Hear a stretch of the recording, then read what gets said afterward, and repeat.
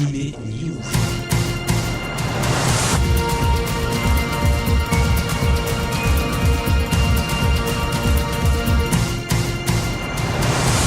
Ohio, c'est Alex au micro de Generic Kids pour Anime News, votre hebdo manga et animé en partenariat avec le site Manganime. Ce 288e Anime News a été concocté à 4 mains, 2 Alex à votre service, donc voici tout de suite nos zooms, nos news et nos chroniques. News Japon pour débuter. Cette semaine, nous avons appris qu'au Japon, la série LDK d'Ayu Watanabe venait d'entrer dans son dernier arc. La fin est donc proche et la série devrait donc rejoindre la liste des shoujo de Pika Édition à se conclure au Japon après Say I Love You annoncé la semaine passée. La semaine dernière, le Shonen Jump nous parlait d'une fin imminente pour le manga Toriko de Mitsutoshi Shimabukuro. Eh bien ça se confirme puisque le dernier chapitre paraîtra le 21 novembre au Japon. En France, le titre est édité par Kazemanga qui publiera le 23 novembre prochain le 33e tome. Alors que nous découvrirons la série Deftopia de Yoshinobu Yamada, qui est, je vous le rappelle, l'auteur de Cage of Eden, et ce donc dès le mois de février 2017 aux éditions Soleil, nous avons justement appris cette semaine que la série allait s'achever le 22 novembre prochain dans l'Evening et se conclurait donc en 8 tomes. 8 tomes prévus donc pour Deftopia. Revenons maintenant en France avec de belles annonces cette semaine. Tout d'abord, commençons par l'un des gros succès animés de cette année, la série Re:Zero, diffusée sur Crunchyroll durant 2 saisons, est devenue l'un des plus gros succès de la plateforme. Re:Zero arrive en manga dès le 21 avril prochain chez Ototo avec l'adaptation du premier arc de la série qui sera terminé en 2 tomes. L'éditeur prévoit d'ores et déjà de sortir le second arc pour l'été 2017. Autre grande nouvelle, la publication par Glénat Manga de la série Dragon Ball Super, adaptation manga de la suite de Dragon Ball d'Akira Toriyama. Le premier tome, actuellement le seul à être paru au Japon, sortira le 5 avril 2017 en France. Après Yukimura Sensei, Tokei-kun, et puis prochainement le titre Given, les éditions Taifu annoncent un 3e titre de Natsuki Kizu. Ce sera pour le mois de janvier 2017. Ce sera un one-shot Boys Love, qui s'appellera Lynx. Et dans ce titre s'entrecroiseront les vies de plusieurs personnages. On change de style avec les éditions Nobi Nobi. Ce sont 2 annonces qui ont été faites cette semaine. Tout d'abord, la collection Les Classiques en manga intégrera prochainement 2 nouveaux titres. Le premier, c'est le Magicien d'Oz, l'adaptation du célèbre roman de Lyman Frank Baum, qui paraîtra le 30 novembre. Le second, c'est le Merveilleux Voyage de Niels Holgersson, adaptation du roman de Selma Lagerlöf, et que nous pourrons découvrir dès le 4 janvier prochain. Enfin, c'est une nouvelle série que proposera l'éditeur dès le 16 novembre. Le ski, ami pour la vie de Konomi Wagata. Terminée en 5 tomes, cette série vous fera suivre le quotidien d'une jeune fille qui se retrouve chamboulée lorsque son husky se transforme en être humain. Chez Kurokawa, Real Account est sorti le 10 novembre. Quand les réseaux sociaux prennent le contrôle de votre destin, c'est un peu le pitch de cette série high-tech et dans l'air du temps. Real Account, c'est un réseau social qui est adulé par tout le Japon. Dans ce manga, tous les Japonais ont un compte pour mener une deuxième vie, une vie virtuelle. Ataru Kashiwagi est un jeune homme, il y vit donc une seconde existence virtuelle, mais bientôt, le réseau prend 10 000 personnes en otage. Real Account est un manga de type survival, vous savez, on lutte pour sa survie. Et bien voici à nouveau une dure lutte qui va s'engager. Real Account est un manga thriller, angoissant, il est signé Okusho et Watanabe Shizumu. Il est sorti le 10 novembre chez Kurokawa, il ravira les amoureux du genre. Chronique manga avec chez Soleil Manga un recueil d'histoires d'histoires shoujo qui sont inédites. Ce recueil est récemment sorti donc aux éditions Soleil Manga et il est signé d'un auteur fétiche de l'éditeur, l'auteur de Is the Beast, j'ai nommé Saki Aikawa. In Love with My Teacher, la première histoire, donne le ton et donne le titre à ce one-shot. Nozomi Sakuma a 16 ans, c'est une jeune lycéenne et elle n'a pas le droit de travailler. Elle se fait griller un jour par son prof principal, qui soi-disant au passage est très sexy. Et oui, puisqu'en plus des cours, elle travaille. Il va fermer les yeux sur cette activité illicite et va même aller la chercher à la sortie du travail pour la raccompagner. Bah oui, c'est dangereux quand même de traîner seul la nuit à cet âge-là. La suite est prévisible puisque petit à petit, des sentiments s'invitent à la fête. In Love with My Teacher ravira les amateurs du style. C'est donc un shoujo qui est compris dans ce recueil, qui ouvre ce recueil d'histoires inédites signé Saki Aikawa. C'est aux éditions Soleil Manga. Chez Ototo, Inu Eneko est de retour avec un tome 3 tout aussi félin que les précédents. Ça a du mordant, ça bouge au lycée avec les deux craquantes déléguées, Marie et Otome. Inu Eneko, c'est un manga entre chien et chat, un manga ambigu qui cultive les relations féminines en toute sensualité. De la sensualité d'ailleurs, les dessins n'en sont pas dépourvus, c'est très décalé, c'est coquin, c'est sympa, c'est bien dessiné. Inu Eneko, tome 3 aux éditions Ototo. Et puis, du décalé, nous en avons aussi avec Adekan et son tome 9 de Tsukiji Nao. Dans un autre style, là, c'est quand même très décalé. C'est un duo d'enquêteurs, des enquêteurs hors du commun. Et notre duo rempile pour de nouvelles péripéties. Kojiro, le sexy lieutenant de police, et Shiro, le déluré et féminin vendeur de parapluies, doivent, par exemple, résoudre le mystère de l'enlèvement d'une jeune comédienne de théâtre. Tsukiji Nao nous entraîne une fois encore dans son univers déluré et paranormal. Le graphisme des costumes est très fleuri et très fourni, c'est vraiment bluffant, c'est très appréciable. Les couvertures en plus sont très très belles, très colorées. L'humour est en marge et on adore ça, il faut bien le reconnaître. Et le personnage de Shiro est excentrique à souhait. Voici donc le tome 9 d'Adekan aux éditions Ototo. Du virtuel et après Lencrad, Fairy Dance, Phantom Bullet et Calibur, Ototo poursuit son immersion dans le virtuel de la saga Sword Art Online avec le 5e arc intitulé Mother's Rosario. C'est donc le 10 novembre qu'est sorti le tome 1 de ce nouvel arc. Kirito a combattu un mystérieux joueur, Zeken, qui est aussi surnommé l'épée absolue, mais il perd. L'épée absolue va vite se révéler être en fait une ravissante jeune fille nommée Yuki, et Asuna va aller à la rencontre de cet épéiste aux 11 coups d'affilée. Asuna va alors découvrir la guilde des Sleeping Knights. C'est donc reparti pour une nouvelle aventure au sein de Lencrad. Ce 5e arc comportera 3 tomes. Le premier tome donc de Mother's Rosario est d'ores et déjà disponible depuis le 10 novembre. Et puis 2 jours avant cette sortie, le 8 novembre, est sorti un jeu vidéo, Sword Art Online Holo Realization. À cette occasion, vous allez pouvoir tentez votre chance afin de gagner des jeux PS4 et des DLC Sword Art Online Holo Realization, en partenariat donc bien sûr et grâce à Bandai Namco Entertainment. Sachez également qu'en plus des exemplaires du jeu SAO Holo Realization et puis des DLC, Ototo va vous permettre de remporter des tomes 4 du light novel Sword Art Online qui est édité chez Offelb. Vous avez jusqu'au jeudi 1er décembre prochain pour participer à ce jeu.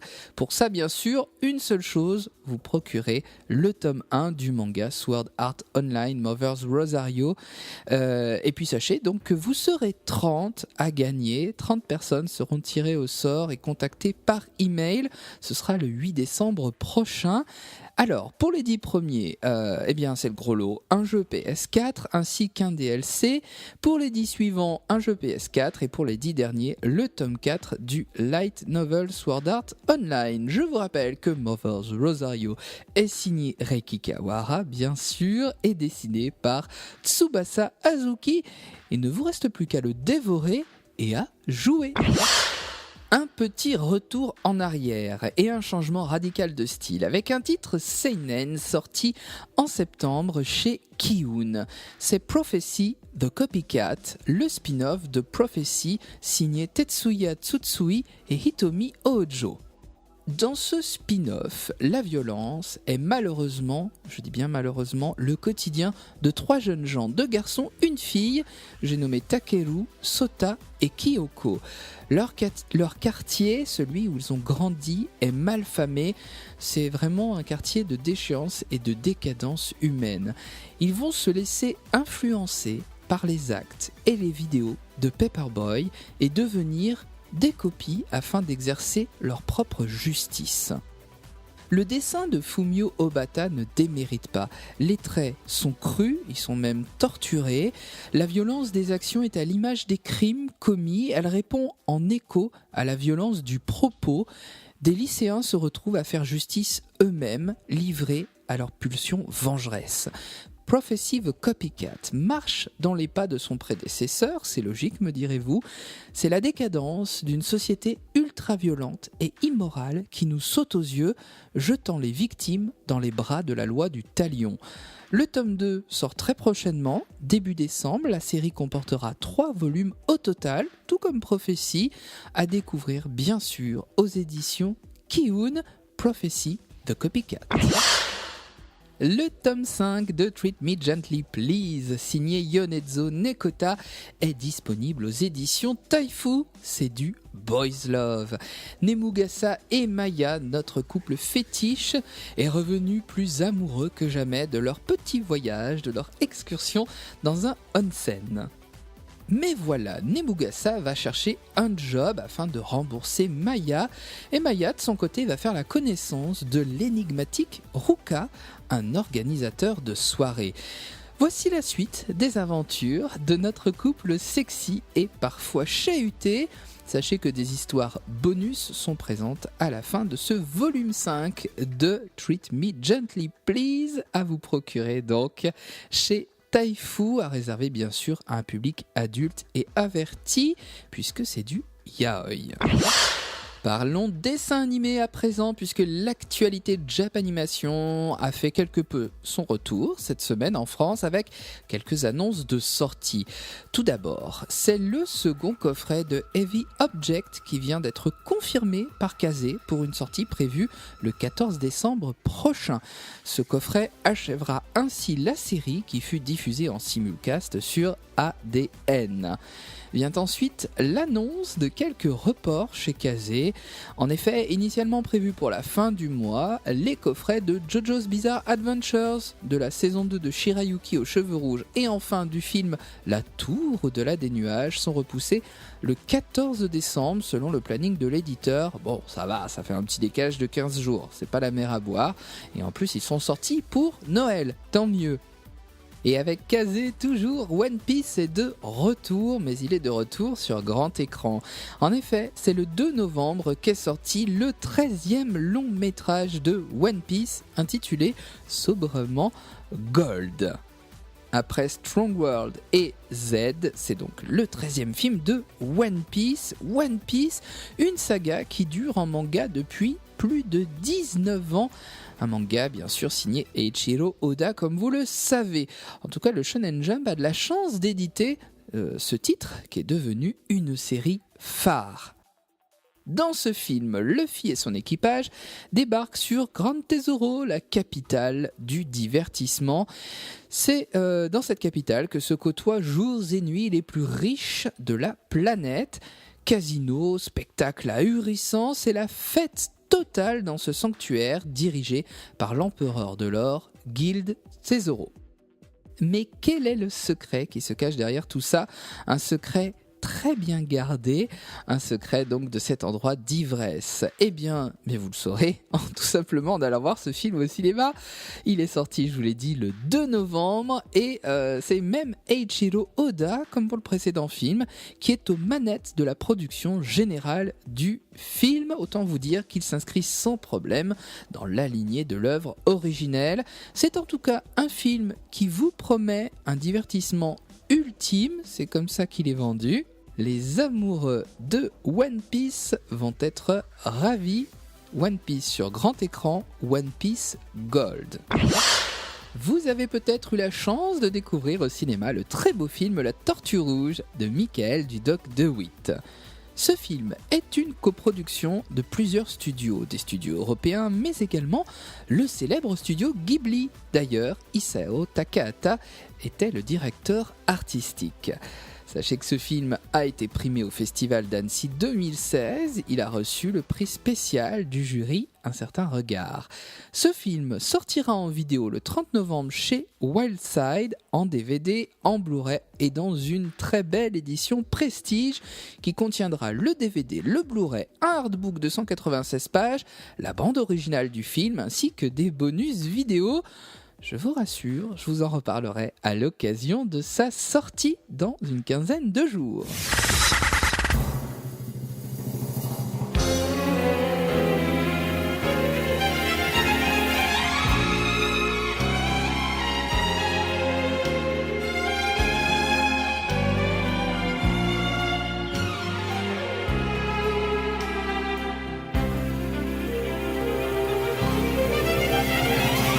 La nostalgie fait son retour chez AB Vidéo avec l'intégrale de la série Princesse Sarah en DVD, l'intégrale en version non censurée.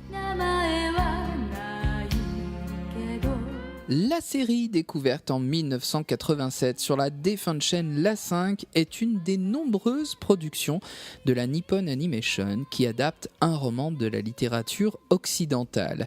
La série, me direz-vous, a déjà été éditée en vidéo chez AB et on se souvient bien sûr de ces affreuses jaquettes aux dessins improbables qui défiguraient les si beaux personnages de la série. Et bien là, l'intégrale est rééditée. Alors bien sûr, le coffret est austère, il n'est pas attirant du tout, mais ce coffret a le mérite d'habiter une version intégrale non censurée de la série. On découvre même les splendides génériques japonais. AB semble donc bien lancé sur la réédition en box intégrale de ces séries de la Nippon Animation. Alors, on attend avec impatience la suite. À quand Cathy la petite fermière ou les 4 filles du Docteur March, me direz-vous ? Eh bien, on a hâte de le découvrir. Voici d'ores et déjà, en tout cas, Princesse Sarah, à revoir sans modération. Ça garde toujours ce charme intemporel. Princesse, tu es bien jolie.